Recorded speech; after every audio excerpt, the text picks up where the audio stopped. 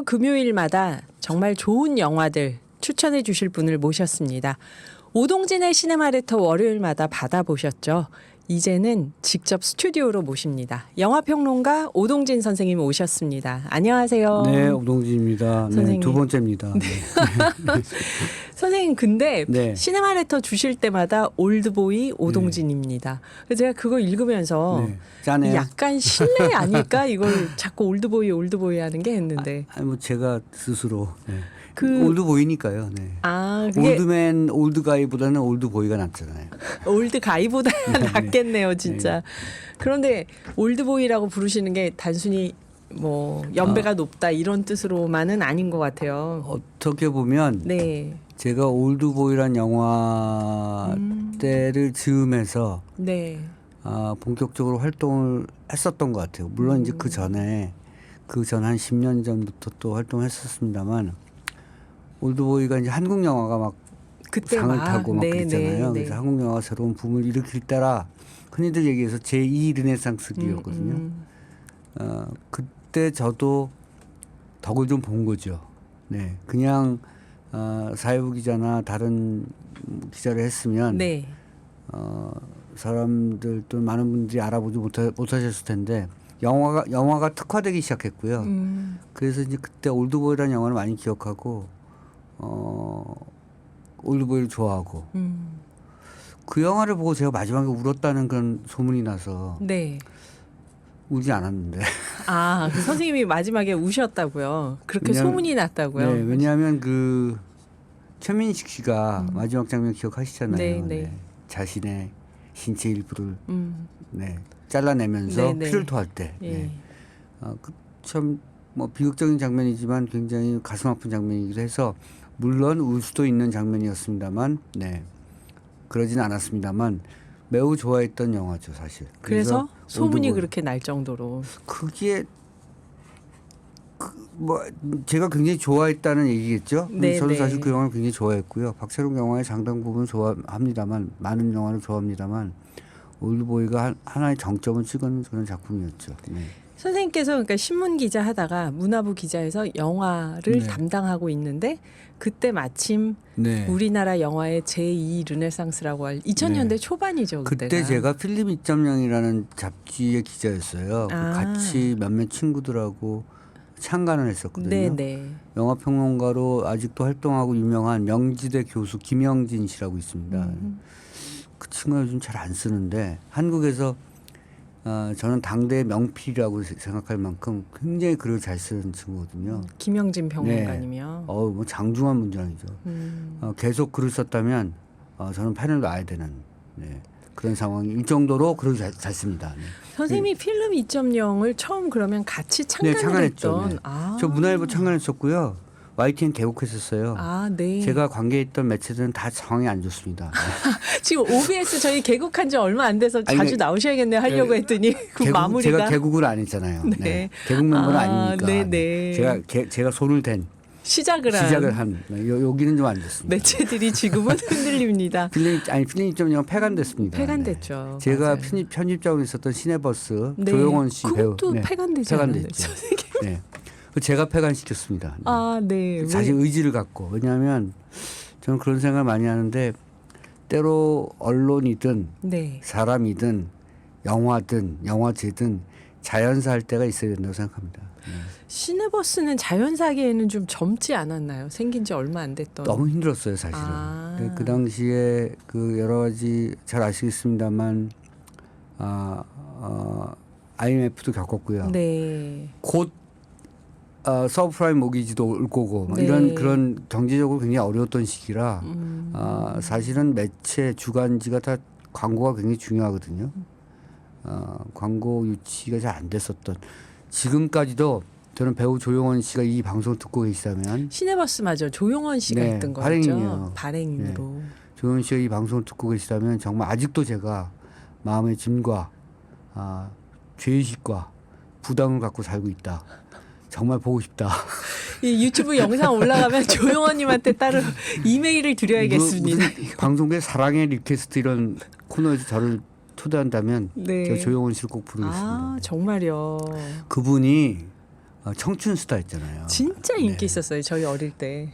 근데 이제 교통사고 때문에 네, 네. 활동을 좀 접었었고요.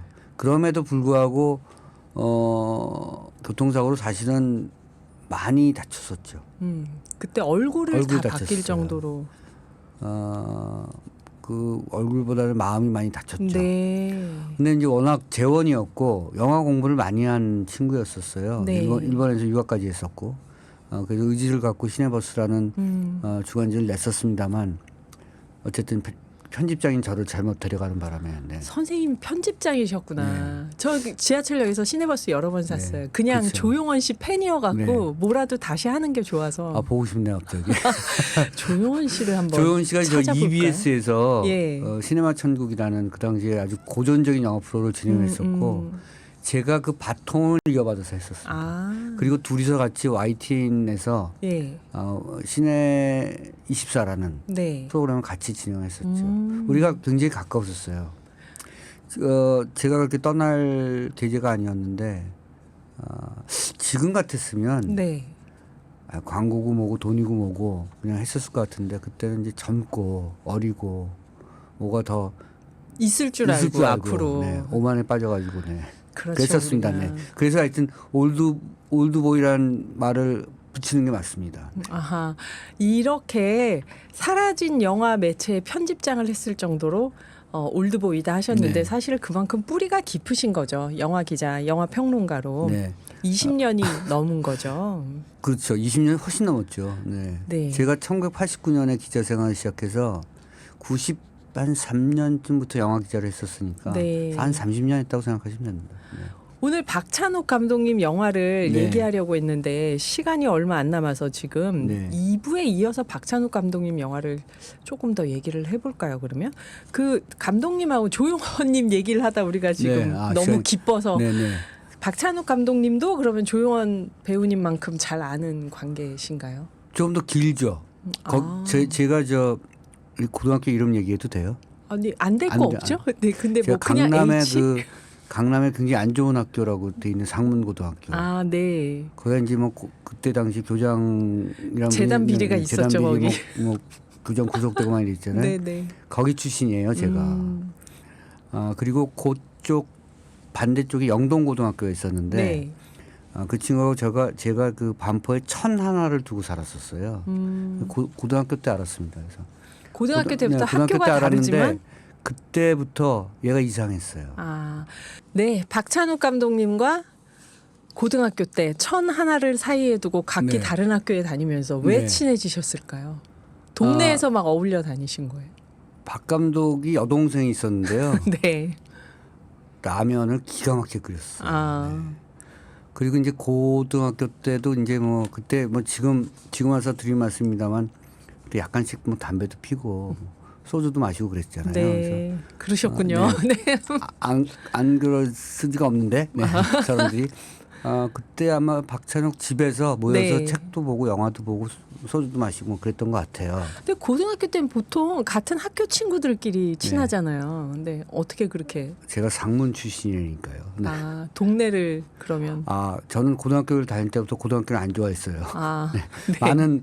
많은 저의 그 동기들이 중도의 고등학교를 그만둘 정도로 학교 재단 비리가 너무 심했었습니다. 그것을 얘기한 영화가 윤재균 감독의 두사부일체죠. 네. 두사부일체가 네, 거기 두사부일체를 얘기구나. 윤재균 감독이 제가 필름.영 기자를 하고 있을 때 시나리오를 갖고 왔어요. 네. 그 친구가 저한테 선배 이 시나리오를 썼는데 한번 봐주십사. 그래서 제가 봤죠. 상문 얘기네. 그래서 봤죠. 그래서 제가 다 고쳐요. 다는 아니고 중요한 부분을 고쳤죠. 원래는 이랬어. 원래는 이랬다. 그러면서 이 영화에서 나오는 장면들이 몇 개 있습니다. 네. 두사부일체가 네. 당시 상문고등학교에 재단 비리와 관련이 있었다. 그래서 박찬욱 감독은 고등학교 때부터 특이했었어요. 굉장히 많이 알고요. 그를 따라갈 수 있는 그런 동기들이 없습니다. 그러니까 뭐랄까 지력, 뭐 지성적 힘. 네. 고등학교 때 지성이라는 표현 좀 그렇고요. 지식의 힘 뭐 이런 것도 대단했고요. 특히 클래식 미술의 조예가 굉장히 깊었기 때문에 음악 미술. 네. 그쪽이 깊은 친구들이 항상 앞서가는 법인 것 같아요. 그래서 영화도 그렇고 제가 뭐 고등학교 때 또는 대학교 초반에 우리는 굉장히 다른 길을 갔습니다만 박찬욱 감독님하고. 네, 굉장히 다른 길을 갔죠. 저는 결국은 신문 기자가 됐습니다만 사회학과 다니셨잖아요. 저는 사학과 나왔어요. 사학과신가요? 네. 사회학과는 사학과보다 한 수 아래라고. 네. 사학과. 네. 근데 어쨌든 그 타르코프스키나 네. 이런 그 예술 영화 감독들을 제가 어떻게 알겠어요. 그렇죠? 다 박찬욱한테 배운 겁니다. 아 정말요? 네, 그래서 고등학교 때. 고등학교 때 대학교 초년생 때 그래서 항상 그가 보는 영화가 궁금하기도 했고 저희가 80년대 초반이었기 때문에 네. 저는 주로 사회과학서를 봤겠죠. 네.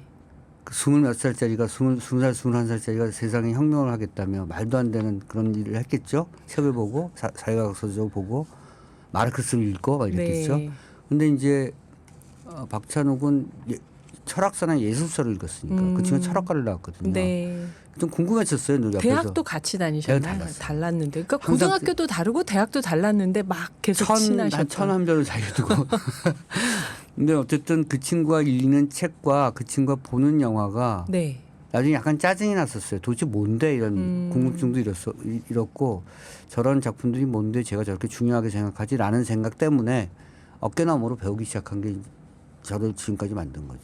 박찬욱 감독님은 80년대 초반에 우리나라에서 타르코프스키 영화 필름 찾기도 힘들었을 다 텐데 이런 해적판 거 비디오로. 어떻게 네. 구해서 보셨어요? 그때 당시에 봉준호 예. 감독도 나중에 그런 뭐 해적판 비디오 따로 자기들이 복사를 해서 갖고 있었잖아요. 그거 지금 알면 큰일 나겠습니다만 그 80년대 초에는. 그 당시에는 다 그러니까 자막도 제대로 안 깔려 있었고 굉장히 어렵게 영화를 보는 것도 지금 생각해 보니까 가장 오래 남아요. 지금은 다 어디서든 꺼내볼 수 있어서 쉽게 볼 수 있죠. 영화가 다 섞이잖아요. 네. 근데 그때 당시에 봤던 영화들은 아직도 기억나는 작품들이 굉장히 많습니다. 선생님 그렇게 말씀을 들어보니까 친구가 아니라 어떤 동경하는 사람이었던 느낌이에요. 박찬욱 감독님이. 저보다 몇 수 위죠 항상. 그래서 그 아직도 대화를 할 때 네. 만나면 이제 그 박찬욱이 나에게 하는 그 말버릇 중에 하나가 네. 그건 아니고. 한 수 아래로 보면서 아니, 왜냐면 얘기하는 내가 틀리니까 건가요? 항상 그건 아니고. 그렇다고 뭐 이렇게 막대할 수는 없으니까. 네.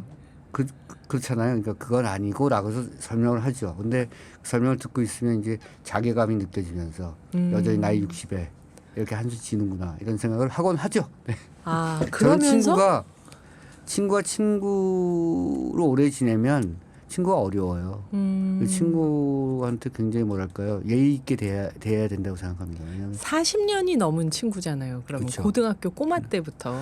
그 친구는 저 마틴 스코세지랑 밥 먹으러 뉴욕 가던데 뭐 제가 어떻게 거기에 감당을 할 수 있는 관계겠습니까? 그 항상 동경하면서도 오래오래 친할 수 있는 관계라는 건 그만큼 선생님이 또 품이 넓어서 그게 가능한 것 같아요. 보통 그렇게 차이가 나면 길게 못 사귀잖아요. 어렸을 때 만난 관계고요. 예. 제가 이제 친구들하고 항상 하는 얘기는 한 친구가 굉장히 잘 되잖아요. 그럼 좀 떨어져 있어줘야 돼요. 맨날 붙어 있어주고 전화하고 막 이러면 안 되고요. 굉장히 다른 격으로 대해줘야 됩니다. 그게 맞고 그 친구를 위하는 길이 친구와 좀 거리를 두는 것이 맞다고 생각합니다. 네. 그냥 싸워요. 또 네가 얼마나 잘났니 뭐 가까이에 있으면. 가까이 있으면 그래서 지켜보고 필요할 때 가지면 됩니다. 네. 그러면 그렇게 동경하는 오랜 친구 박찬욱 감독님 영화가 네. 정말 뭐 만드는 것마다 다 화제작이잖아요. 네. 올드보이 오동진 선생님이 보셨을 때는 어떤 작품이 유난히 마음에 남았을까요? 저는 여전히 그의 작품 중에서 그 초기작인 복수는 날 것을 제일 좋아해요. 네. 그리고 물론 그리고 나서 이제 뭐 여러 작품이 있었죠. 네. 본인은 별로 이런 말을 싫어할 수 있습니다만 저는 아가씨는 그냥 뭐 네. 그냥 보셨어요. 너무 채색감이 너무 강해서 그랬는데 그 전의 작품들도 다 좋아했습니다만 최근에 이제 헤어질 결심을 보고 나서 박찬욱이 늙는구나 이런 생각했습니다. 왜냐하면 어떤 점에서요? 좋은 뜻으로 하신 것 같은데. 박찬욱은 지금까지 러브 스토리를 영화로 만든 적이 없어요. 지독한 사랑 이야기를 얘기한 적이 없고요. 어느 날 우연히 만났을 때 자기 새로운 영화가 형사 얘기라고 해서 네. 박해일 씨가 주인 형사잖아요. 형사 얘기라고 해서 그건 너한테 맞는다 뭐 이런 얘기 했었죠. 그리고 뭐 이제는 찰스 브론슨이 나왔던 빛 속의 방문객이라는 영화가 있었는데 그 영화 얘기도 잠깐 했었어요. 네. 그래서 70년대 그런 영화풍이라면 너한테 맞는다 이런 얘기 했었는데 나온 걸 보니까 러브 스토리네. 사람들이 막 철철 울잖아요. 네. 그래서 네. 이자도 이제 서서히 사랑을 생각하기 시작했구나 이런 생각을 했었습니다. 그러나 제가 제일 좋아하는 건 복수는 나의 것이고요. 그 뭐랄까 비수 같은 영화예요. 제가 봤을 때는 어떤 점에서 그렇게 비수처럼 다가왔을까요? 복수는 나의 선생님? 것의 주인공이 동진이에요. 네. 네. 그 아마도 그 염두에 두고 이제 동진이라는 이름 붙였을 것 같은데 오동진 선생님의 동진. 네, 네. 송강호 씨가 맡은 역할이거든요. 네, 동진이. 신하균 씨가 맡은 역할이 있고 송강호 씨가 맡은 역할은 가까스로 과장이 된 사람이에요. 네. 그러니까 한국의 자본주의에서 가까스로 과장이 돼서 이제야 내 집을 살까 말까 뭐 이런 사람 애 키우고 네. 신하균은 아직도 너무 없는 사람이에요. 그래서 자기 누나의 수술비를 구하기 위해서 송강호의 딸을 납치하면서 벌어진 비극이죠. 그래서 제가 봤을 땐 박찬욱이 그렇게 사회과학적인 여러 가지 시스템이나 이런 것들 그렇게 뭐랄까 옹호하지는 않습니다만 네. 한국 사회가 역시 아주 없는 사람과 약간 생긴 사람의 대리전으로 변모하기 시작했다. 이런 걸 보여주는 매우 사회과학적인 영화라고 저는 생각했습니다. 복수는 나의 네. 것. 그리고 이제 이 복수는 나의 것이 이마무라 쇼이라는 일본 영화 감독이 만든 영화의 제목이기도 했고 네. 박찬욱은 확실한 어떤 오마주를 바치고 확실한 컨셉을 가져와서 완벽하게 자기 것을 만드는 놀라운 창조적 재능을 갖고 있는 감독이거든요. 그래서 그런 측면에서는 복수는 나의 것이 최고의 작품이라고 생각합니다. 말씀 듣고 보니까 다른 영화들도 다 원작자가 네, 있거나 있어요. 뭔가 사라 만화가- 워터스의 그 핑거 스미스가 아가씨의 원작이었고요. 올드보이는 일본 만화. 만화였죠. 근데 그 일본 만화에서는 오로지 딱 하나 감금이라는 설정만 가져왔어요. 다 다 바꾸고. 이번에 지금 하고 있는 동조자, 네, 칠부자. 동조자. 그리고 박찬욱 영화 중에 정말 좋은 작품이 리틀 드러머 걸이라는 리틀 드러머 거리요. 6부작 드라마가 있습니다. 저 이거는 못 봤는데. 못 봤죠. 예. 왜냐하면 제가 알기에는 박찬욱 감독이 프로듀서하고 엄청 싸웠어요. 네. 한 고집 정도가 아니라 왕고집이니까. 네. 그래서 이제 프로듀서가 원하는 방향으로 안 가니까 작품이. 왜냐하면 존 루칼의 원작이고요. 네. 존 루칼의 아들인가 뭐가 프로듀서예요. 자기 아버지 작품이거든요. 그러니까 이제 뭐 굉장히 많이 개입을 했겠죠.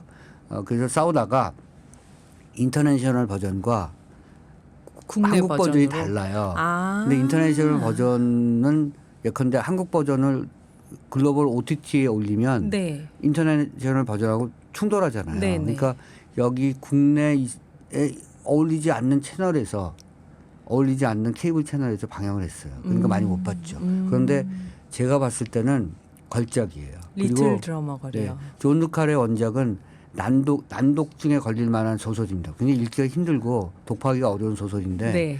제가 봤을 때는 그 원작 해석 능력이 가장 뛰어난 그런 감독이고 박찬욱 감독님. 자기식으로 해석해냈습니다. 그래서 제가 복수는 나의 것, 리틀 드러머 걸, 그다음에 이번에 헤어질 결심은 박찬욱의 필모그래피에서 가장 빛나는 작품들이라고 생각하고 있습니다. 헤어질 결심은 정말 많은 분들이 보고 다양한 관점에서 얘기를 했는데 오늘 영화평론가 오동진 선생님과 함께 박찬욱 감독님의 영화 세계에 대해서 얘기를 나눠봤습니다.